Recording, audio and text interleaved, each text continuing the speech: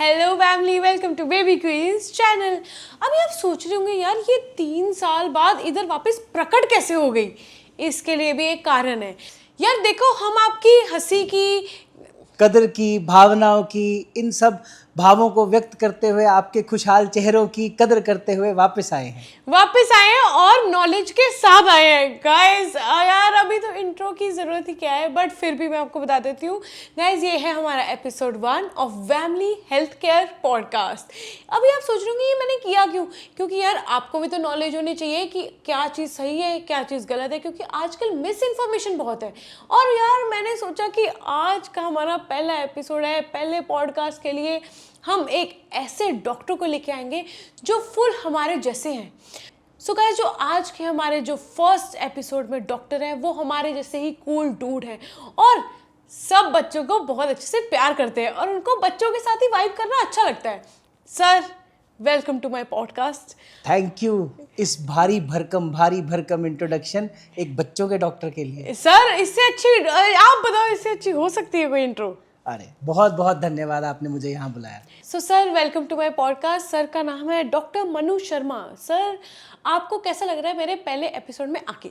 अच्छा लग रहा है, आपसे बात करके ही अच्छा लग रहा है। Thank you sir. सर, मेरा पहला सवाल बहुत ही इजी सा सवाल है, वो है आपने पीडियाट्रिक क्यों चूज़ किया? ये इजी सवाल तो नहीं है।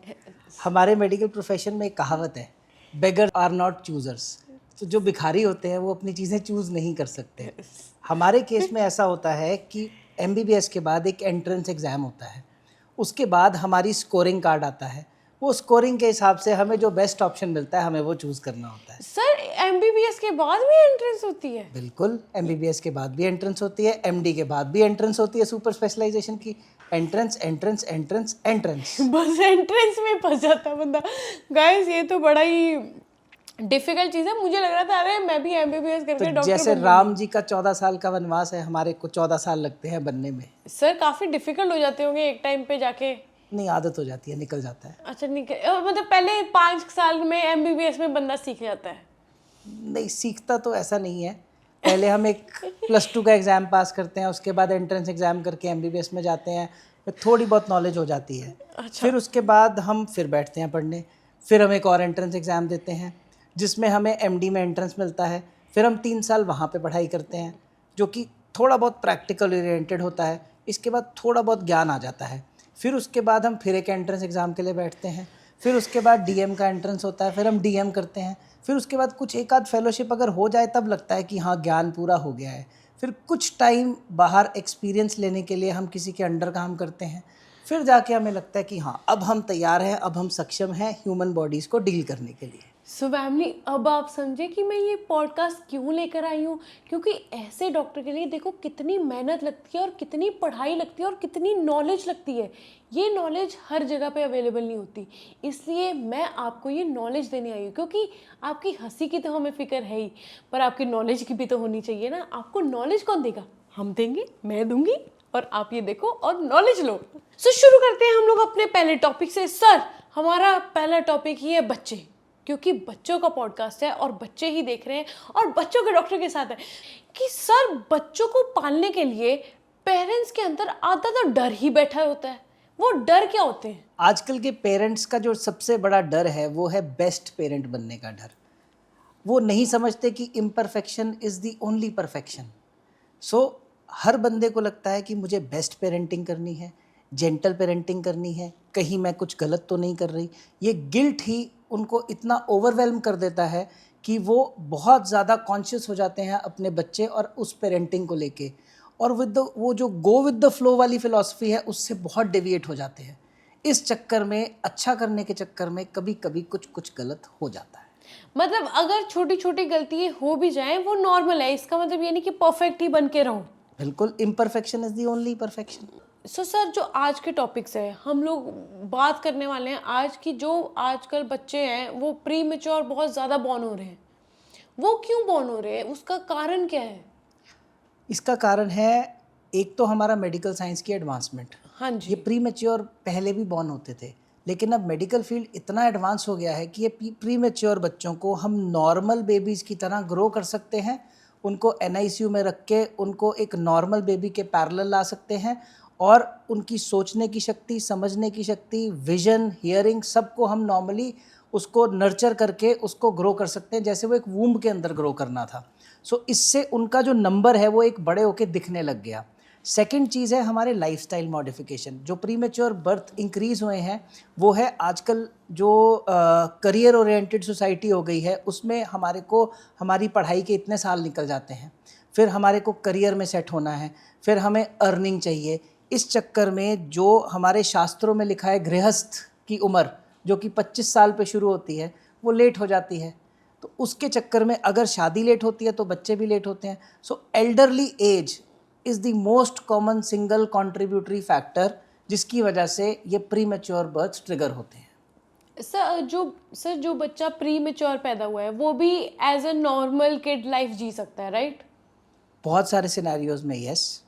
ओके सर, मतलब कि 90% कह सकते हैं कि सही रहते बच्चे। इट डिपेंड्स कि वो जो बच्चा प्रीटर्म हुआ है वो कितना प्रीटर्म है, ओके उसका बर्थ वेट क्या है, उसकी जेस्टेशन क्या है, वो पहले गोल्डन मिनट में उसको कैसी केयर मिली है, पहले गोल्डन आवर में उसको कैसी केयर मिली है, और वो डे 1 तक कैसे सस्टेन किया है। सो ये जो वेल बेबी विजिट्स होती हैं ये सिक बेबी विजिट्स से भी इम्पॉर्टेंट है।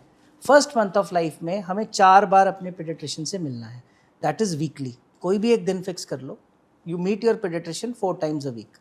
फिर जब बच्चा 1 महीने का हो जाए तब ये विजिट्स कोइंसाइड करती हैं हमारी वैक्सीनेशन के साथ।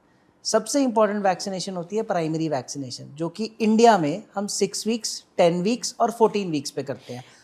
सर हाँ। सर जो वैक्सीन है अभी लोग सरकारी में भी यूज़ करते हैं, सरकारी में कोई अवेलेबल होती है और कोई सिर्फ प्राइवेट में अवेलेबल होती है। वो क्या मतलब वो क्यों ऐसे सिस्टम है कि जो सरकारी में है वो अलग है और जो प्राइवेट में है वो अलग है? इसका बड़ा सिंपल सा आंसर है। गवर्नमेंट ऑफ इंडिया बहुत सारी वैक्सीन्स प्रोक्योर करती हैं जो कि एक मैंडेट शेड्यूल इशू करती हैं जिसको हम EPI शेड्यूल कहते हैं, जो कि गवर्नमेंट डिस्पेंसरीज में फ्रीली अवेलेबल है फॉर एवरी किड। एक इंडियन अकेडमी ऑफ पीडियाट्रिक्स का शेड्यूल है जिसके मुताबिक कुछ वैक्सीन्स जो एडिशनल वैक्सीन्स हैं सबको लगनी चाहिए और वो मैंडेट हैं, एक ऑप्शनल वैक्सीन्स हो जाती हैं।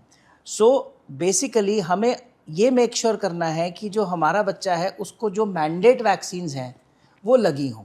सो इन मैंडेट वैक्सीन्स के साथ ही हमें डेवलपमेंट की जो हम बात कर रहे थे उसको प्लान करना है।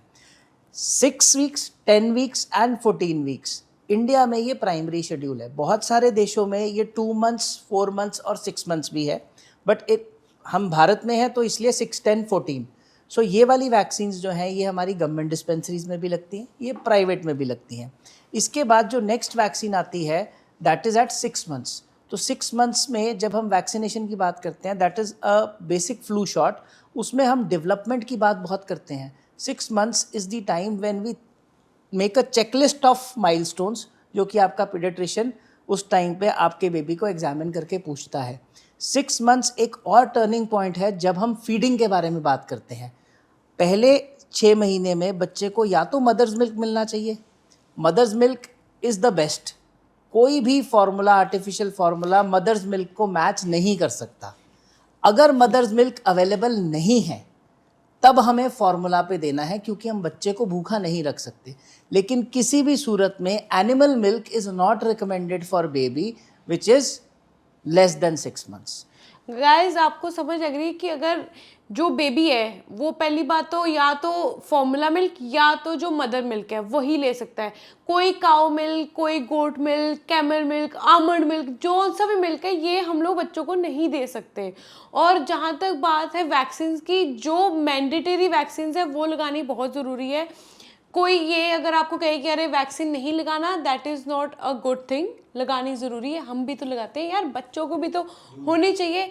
और सर एक जब हम लोग वेल बीइंग की बात कर रहे हैं, मेरे दिमाग में एक चीज़ बहुत ज़्यादा अटकती है कि बच्चे दूध बहुत निकालते हैं, हर फीड के बाद दूध ये आप निकलता अपने है। ट्विन से उठा रहे हो? हाँ जी सर, पर्सनल एक्सपीरियंस है, स्कैन तक करा लिए वो दूध ही निकाल रहे हैं। देखो ये बड़ा नॉर्मली लिया जाता है।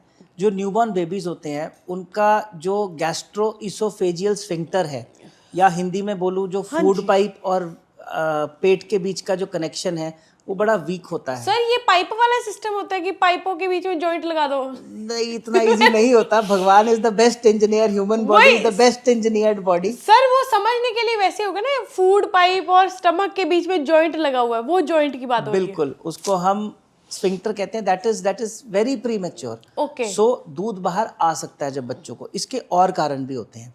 सबसे पहला कारण होता है फ्रीक्वेंट फीडिंग। अब मैं इसको फिर हैक करूंगा व्यूअर्स को बताने के लिए। फीडिंग है ना, फीडिंग सर, डे 1 पे जो बच्चों को फीडिंग हमने करानी है, हमने मदर्स मिल्क कराना है। आजकल ट्रेंड इतना ज़्यादा एडवांस्ड है, इवन वेस्ट में जो मदर्स मिल्क है कई बार वो जस्ट प्री डिलीवरी आ जाता है और हम एक्सप्रेस करते हैं दैट इज़ द मिल्क। अगर मदर कंडीशन में नहीं है आफ्टर डिलीवरी बच्चे को देने की, तो that is the milk we give him. और जो पहला दूध होता है माँ का, उसको कोलोस्ट्रम कहते हैं। दैट इज़ वेरी रिच, वो बच्चे को देना ही देना है। और ये बहुत ज़रूरी है। हम लोग को लगता है कि फार्मूला का डब्बा बड़ा महंगा आ रहा है, बहुत अच्छा आ रहा है, कुछ अच्छा ही होगा, लेकिन मदर्स मिल्क से बेटर कुछ नहीं है। Mother's milk is one of the best nature's gift from a mother to his child. तो ये अगर पहले दिन इस्टेब्लिश हो जाए, पहले वीक इस्टेब्लिश हो जाए, तो सबसे बढ़िया है। सर जैसे जो प्री मेच्योर बेबीज होते हैं उसमें मदर्स मिल्क आने के ज़्यादा चांसेस होते नहीं है, अगर नहीं आए तो कोई उसका सोल्यूशन? सिर्फ उसके बहुत सारे सोल्यूशन हैं। बेसिकली मदर्स मिल्क ना आने का सबसे बड़ा कारण स्ट्रेस है। हम लोग आईसीयू से डील करते हैं। आप सोचो, birthing is related to wellness, it is not related to illness. एक ही बीमारी ऐसी है जब हॉस्पिटल में एक पेशेंट जाता है और 2 बाहर आते हैं। राइट। ऐसे में अगर हम बच्चा जो 9 महीने से उनको एक बड़े अच्छे सपने की तरह देखा गया, अचानक से आईसीयू में चला जाता है because of prematurity, because of any illness, because of an number of reasons, उसमें नहीं जाएंगे, वो तो पूरी किताब आ जाएगी उसमें। तो एक इमोशनल ब्रंट होता है मदर के ऊपर। So that stress does not let milk to come. अब छोटे बच्चे को बहुत बार दूध देना भी नहीं होता। इट डिपेंड्स अपॉन कि बच्चे की जेस्टेशन क्या है, बच्चे की डिलीवरी क्यों हुई है। कई बार मम्मी को अपनी जो प्लेसेंटा है उससे ब्लड फ्लो नहीं जा रहा होता बच्चे को, जिसकी वजह से बच्चा कॉम्प्रोमाइज़ हो रहा होता है, and that is the cause of premature delivery. Right. उसके केस में जो पेट के फ्लोज हैं, जब मेडिकली जिनको हम गट फ्लोज कहते हैं, वो कॉम्प्रोमाइज होते हैं, तो उनमें हम पहले 24 घंटे 48 घंटे फीड नहीं दे पाते, specially in lower gestations less than 30 weeks 28 weeks. ऐसे बच्चों में हम 2 चीज़ों से प्रोसीड करते हैं। एक एंटिटी होती है TPN. TPN stands for total parental nutrition. Total मतलब कंप्लीट, पैरेंटल मतलब एंट्रम का मतलब पेट के थ्रू, और पार मतलब उससे परे, न्यूट्रिशन मतलब ताकत। सो बेसिकली हम उसमें एक सेंट्रल लाइन जो कि वीनस एक्सेस से हम लेते हैं, उसमें हम कार्बोहाइड्रेट, फैट, प्रोटीन और जो भी न्यूट्रिएंट, जो माइक्रो न्यूट्रिएंट, मैक्रो न्यूट्रिएंट चाहिए, उसका एक मिश्रण बनाते हैं। इनके चार्ट्स आते हैं प्रॉपर, उसको हम बना के एंड वी गिव देम, ताकि जो ग्रोथ बच्चे की गर्भ के अंदर होनी है वैसी ही ग्रोथ गर्भ के बाहर हो। एंड फीड इज री इंट्रोड्यूस धीरे धीरे धीरे। अब इतने देर में अगर उसकी मदर को फीड नहीं आती, there is a concept of human milk bank. So आजकल बहुत सारी मदर्स, ये क्या होता है sir?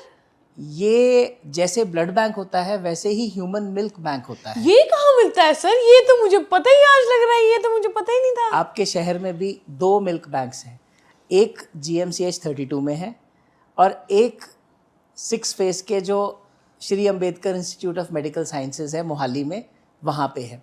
So basically these are high birthing centres. Sir कितने पैसे लग जाते हैं sir?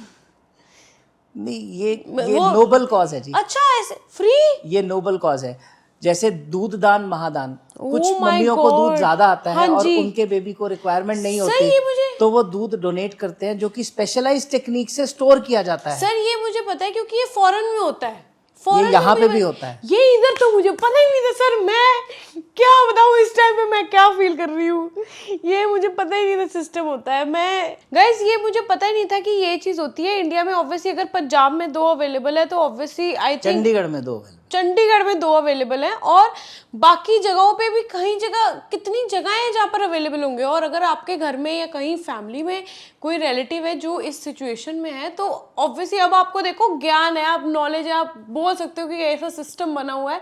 But thank you so much sir, ये आज मुझे फर्स्ट टाइम ये ऐसी नॉलेज मिली जो मुझे पता नहीं था। ये जिनका बच्चा NICU में होता है उनके डॉक्टर्स को पता होता है। फैक्ट्स, सर ये बहुत न्यू नॉलेज है, और आई थिंक ये पूरे इंडिया में सबसे कम नॉलेज है जो किसी को पता नहीं है, इतने ज़्यादा लोगों को, कि ऐसे फीड मिल जाती है अगर चाहिए रहेगी किसी को तो। उसका क्राइटेरिया होता है, रिक्वेजिशन जाती है, प्रॉपर फॉर्म पे रिक्वेस्ट जाती है, कंसेंट लिया जाता है कि हम किसी और माँ का दूध आपके बच्चे को दे सकते हैं।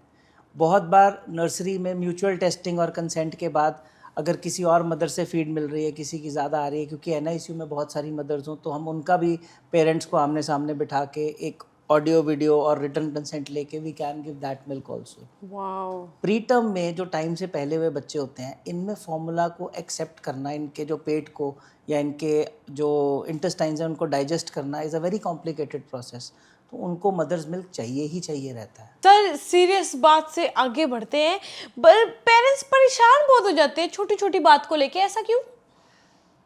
तो इस परेशानी को हम दूर करते हैं। अब बर्थिंग के दूसरे एस्पेक्ट को देखते हैं। ओके। 99% केसेस में हम एक जन जाते हैं और 2 जन आते हैं। हाँ जी। वो पेरेंट्स परेशान इसलिए होते हैं कि उन्हें ये पता ही नहीं होता कि आज हम पहले दिन घर आए हैं, हम अपने बच्चे के साथ क्या करें। सो इसमें कुछ चीज़ें हमें पेरेंट्स को बतानी है, जैसे जिस रूम में हमने बच्चे को रखना है उसका टेम्परेचर 26 से 28 डिग्री हो। सर एक अभी मेरे पास सवाल आया, ये 20 डिग्री, ये बाकी सब मेरी बात नहीं मानते। लोगों को मैंने कितनी बार कहा है कि अगर आप ऑनलाइन में नॉलेज देखो कि हर जगह ये होता है कि कपड़े बच्चे को उतने डलवाने चाहिए जितनी ज़रूरत है। लोग ओवर कपड़े डलवा देते हैं और उससे पसीना आने लग जाता है बेचारे बच्चों को। बिल्कुल, कपड़ों का बड़ा सिंपल सा फॉर्मूला है। जितने कपड़े हम लोग डालते हैं उससे 2 लेयर उसी स्ट्रेंथ की बच्चे को ज़्यादा डालनी है। 1 layer of clothing, 1 layer of wrapping. हम ये गलती करते हैं कि हमें कैप, सॉक्स एंड मिटन्स बच्चे के ज़रूर डालने हैं। बहुत सारे पेरेंट्स हमारे पास OPDs में आते हैं जिन्होंने सिर्फ बच्चे को डाइपर पहनाया होता है और कंबल पे कंबल लपेटे होते हैं। उनको मैं एक चीज़ बोलता हूँ, आप ठंड में सर्दी के कपड़े डालते हैं कि गर्मी के कपड़ों पे कंबल लपेट लेते हैं? सही में सर, ये सही सवाल है। सो temperature, humidity is very important. Second जो कंसर्न होता है पेरेंट्स का घर जाके कि फीडिंग हमें कितनी करानी है और कब कब करानी है। Feeding for a normal baby should be strictly on demand, जब बच्चा मांगे उसको, with a minimum gap of 2 to 2.5 hours. अब फीडिंग एडिक्वेट है कि नहीं है ये हमें कैसे पता चलेगा? इसके बहुत सारे तरीके हैं। यदि आपका बेबी सुसु कर रहा है तो अच्छे से हाइड्रेटेड है, so the kid should pass 6 to 8 times urine a day. Okay. Stool का कोई चक्कर नहीं है। बच्चा 3 दिन तक पॉटी ना करे तो भी नॉर्मल है। बच्चा जितनी बार फीड ले उतनी बार स्टूल पास करे वो भी नॉर्मल है। स्टूल का कलर भी नॉर्मल है। शुरू में स्टूल का कलर ब्लैक होगा, बाकी colour can form to yellow colour stools. It may take up to 6 months वो येलो कलर स्टूल आने में। So green, golden brown, all are normal variants of stool. Stool can be liquid, solid, semi solid. So basically if your child is taking milk every 2 to 2.5 hours, passing adequate urine every 4 to 6 hours, then he is a happy kid. देखो बच्चों, अभी आप समझ गए कि कोई भी colour की पूपी आए that is not an issue. आप ग्रीन, येलो, ब्राउन, ब्लैक कुछ भी कर सकते हो, कोई इशू नहीं है इसके बीच में। फर्स्ट वीक तक ब्लैक आ सकती है, फर्स्ट वीक के बाद यूजुअली ब्लैक नहीं आती। हाँ, मतलब फर्स्ट वीक तक ब्लैक ठीक है, उसके बाद ब्लैक नहीं ठीक है। बेटा आप जिनको बता रहे हो ना वो छोटे बच्चे नहीं हैं, उनके पेरेंट्स देख रहे हैं आपके व्लॉग्स। छोटे बच्चों को तो हमें स्क्रीन दिखानी नहीं है। सर ये मुझे कॉन्सेप्ट नहीं समझ लगता कि बच्चों को स्क्रीन क्यों नहीं दिखानी होती। देखो प्रॉब्लम ना बेटा स्क्रीन में नहीं है। बहुत सारे लोग आजकल ये बिहेवियरल प्रॉब्लम्स, ऑटिज़म, ADHD इनकी तरफ जा रहे हैं और सब चीज़ फोकस कर देते हैं कि आपने इसको स्क्रीन दिखा दी तो हो गया। It is not like that. Screen is not a problem, screen is an additive problem. अब ये बड़ी कंट्रोवर्शियल सी स्टेटमेंट बोली है मैंने। अब प्रॉब्लम स्क्रीन जिस फ्रीक्वेंसी पे हमें ज्ञान दे रही है उसमें है। अब हमारा ग्रोइंग ब्रेन है, हम भी कभी जैसे आपका व्लॉग देखते हैं हम इंग्रॉस हो जाते हैं ना आपके व्लॉग में। देखो स्माइल आ गई ना। तो हमारी देखने की शक्ति, सोचने समझने की शक्ति और सुनने की शक्ति, basically all the senses focused at a single point. हाँ जी, वो बच्चे का ग्रोइंग ब्रेन है। सो वो भी फोकस हो जाता है। प्लस ये जो कलर्स आते हैं ये बॉडी में हैप्पी हार्मोन्स रिलीज करते हैं। अब जब बच्चे का ग्रोइंग ब्रेन एक जगह पे फोकस हो गया, that is a growing brain, developmenting brain, वो हमसे ज़्यादा जल्दी लर्न करता है। आप मुझे कोई टेबल याद करके सुनाओ। पुराने ज़माने में मेरी मम्मी कहती थी पहाड़े याद करो, अब पहाड़े टेबल याद करो, है ना। छोटे बच्चों को they are you know, attuned to repeat those tables like anything. अब उसी तरह से वो उतना फोकस हो गए हैं, जब हम उन्हें बुलाते हैं या हम उन्हें इन्वायरमेंट से एक्सपोज करते हैं तो उन्हें वो लगता है कि ये डिस्टर्बेंस है हमारे लिए, तो उनका ब्रेन उसे इनहिबिट कर देता है. तो non responsiveness starts from there. Sir इसके ऊपर मैं नेक्स्ट पॉडकास्ट में जरूर इसके बात ऊपर करूंगी. एक पॉडकास्ट नहीं बेटा, बहुत सारे पॉडकास्ट हो सकते हैं, इतना वास्ट है. सर हम करते रहेंगे, इसमें क्या है, इस कोई देरी नहीं है हमें करने में. पर फैमिली आपने एक चीज़ नोटिस की कि बच्चों को स्क्रीन, आप समझ रहे हो कि उनके कहने का क्वेश्चन क्या है कि आप एक चीज़ पे उतना फोकस मत करो कि इंसान आपको ये लगने लगे कि ये इंसान डिस्टर्ब कर रहा है हमें. मतलब आप फ़ोन को उतनी ही प्रायोरिटी दो जितनी ज़रूरत है. ये नहीं कि इंसानों से पहले आप फ़ोन को प्रायोरिटी दे रहे हो. बस ये देखने के बाद फ़ोन बंद करना. बेटा मैं फिर से बोलूंगा, वापस आ जाओ, वापस आ जाओ. यहाँ बात बच्चों की, बच्चों की. सर मेरा वो फ्लो चले जाता है ना उधर को कि इनको पता या सर इनके भाई खुशी बहन भी भावनाएं वापस आए, सर, ज्ञान ज्ञान. और सर इनके भाई बहन भी तो होंगे देखने के लिए. वो भाई बहनों को बोलना चाहिए कि मत देखो बैठ के शिनचैन. ये भी ठीक है. सही बात है ना, अभी मत देखो, हमें हमारी बात सुनो, नहीं तो कहेंगे हमें शिनचैन देखना है, तुमसे बात नहीं करनी. ये पर sir thank you so much, और आई होप आपको मेरे पॉडकास्ट में आके मजा आया हो, क्योंकि मुझे तो बहुत फन आया है. Thank you so much. Thank you, bye bye guys. Okay, perfect.